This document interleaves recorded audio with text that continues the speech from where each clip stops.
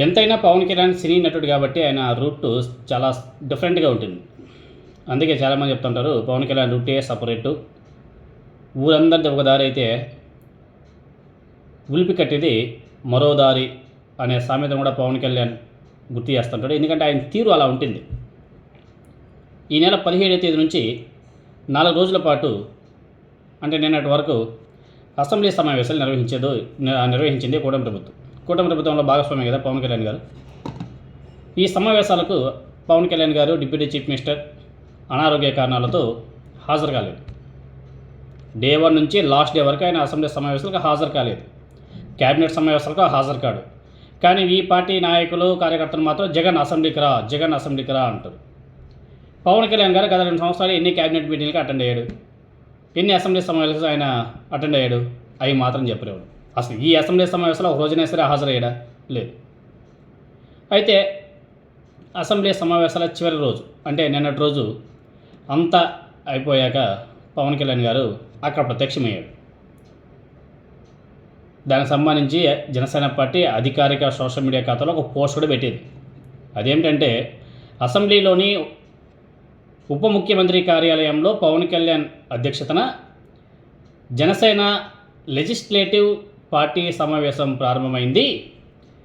Party ఎమ్మెల్యేలతో పలు కీలక అంశాల మీద పవన్ కళ్యాణ్ చర్చిస్తున్నారనేది ఆ ప్రకటన యొక్క సారాంశం. ఒక విధంగా చెప్పాలి, ఎక్కడైనా శాసన మండలి సమావేశాలకు ముందు పార్టీ అధ్యక్షుడు తమ పార్టీ ఎమ్మెల్యేలను ఎమ్మెల్సీలతో కీలక సమావేశం నిర్వహిస్తూ ఉంటారు.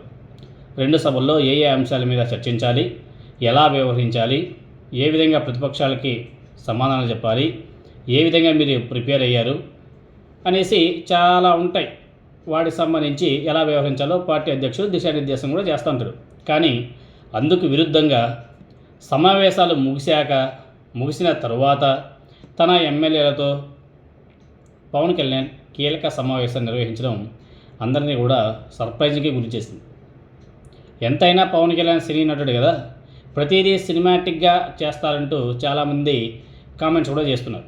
అదేవిధంగా పవన్ కళ్యాణ్ గారు జనసేన పార్టీ ఒక ట్వీట్ చేసిందని చెప్పాం కదా, ఆ ట్వీట్ యొక్క సారాంశం ఒకసారి చూస్తే ఈయన కూటమితో ఉంటాడా పోతాడా అన్న అనుమానం కూడా వ్యక్తమవుతుంది. ఎందుకంటే అక్కడంతా కూడా దాగుడు మూతలు. ఆయన పవన్ కళ్యాణ్ గారి ట్వీటు, జనసేన లెజిస్లేటివ్ పార్టీ సమావేశంలో రాబోయే స్థానిక సంస్థల ఎన్నికల మీద అంతా కలిసి లోతుగా చర్చించాం. స్థానిక సంస్థల ఎన్నికల్లో జన సైనికుల పోరాట స్ఫూర్తిని కొనసాగించేలా, వారి ఆత్మగౌరవాన్ని నిలబెట్టేలా ముందుకు తీసుకువెళ్తాం అని చెప్పేసి పవన్ కళ్యాణ్ గారు అసెంబ్లీ సమావేశాలు అయిపోయిన తర్వాత లాస్ట్ రోజు ఇలా ముగించేశాడు తన యొక్క సారాంశాన్ని. పవన్ కళ్యాణ్ లేకుండానే అసెంబ్లీ సమావేశాలన్నీ కూడా జరిగిపోయాయి. అలా ఉంటుంది పవన్ కళ్యాణ్ గారితో.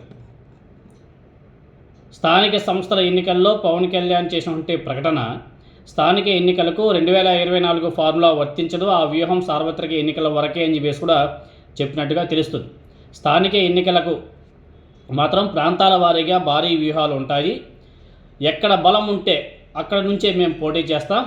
జనసేన ఎమ్మెల్యేలు లేని చోట కూడా కూటమి ధర్మానికి భిన్నంగా పార్టీ శ్రేణులకు అన్యాయం జరుగుతుందన్న వ్యాఖ్యలు చేశాడు పవన్ కళ్యాణ్ గారు.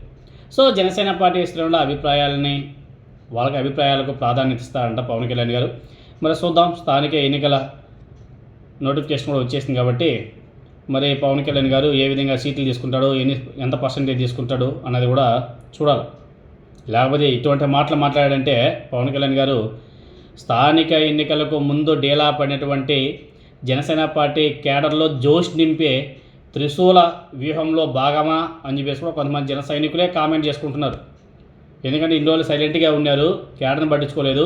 ఇప్పుడు ఎన్నికలు వచ్చేలోపు ఆ కేడర్ అంతా కూడా కేడర్లో జోష్ నింపాలి కాబట్టి ఇలాంటి కామెంట్ చేస్తున్నాడు. కానీ అక్కడ ఏమీ ఉండదు. టీడీపీతో కలిసి ప్రయాణం చేస్తాడు, టీడీపీ ఇచ్చే 10 సీట్లు 20 సీట్లోనే పోటీ చేస్తాడు అనేది జనసేన పార్టీలో ఇంకొక వర్గంలో వినిపిస్తున్నటువంటి మాట.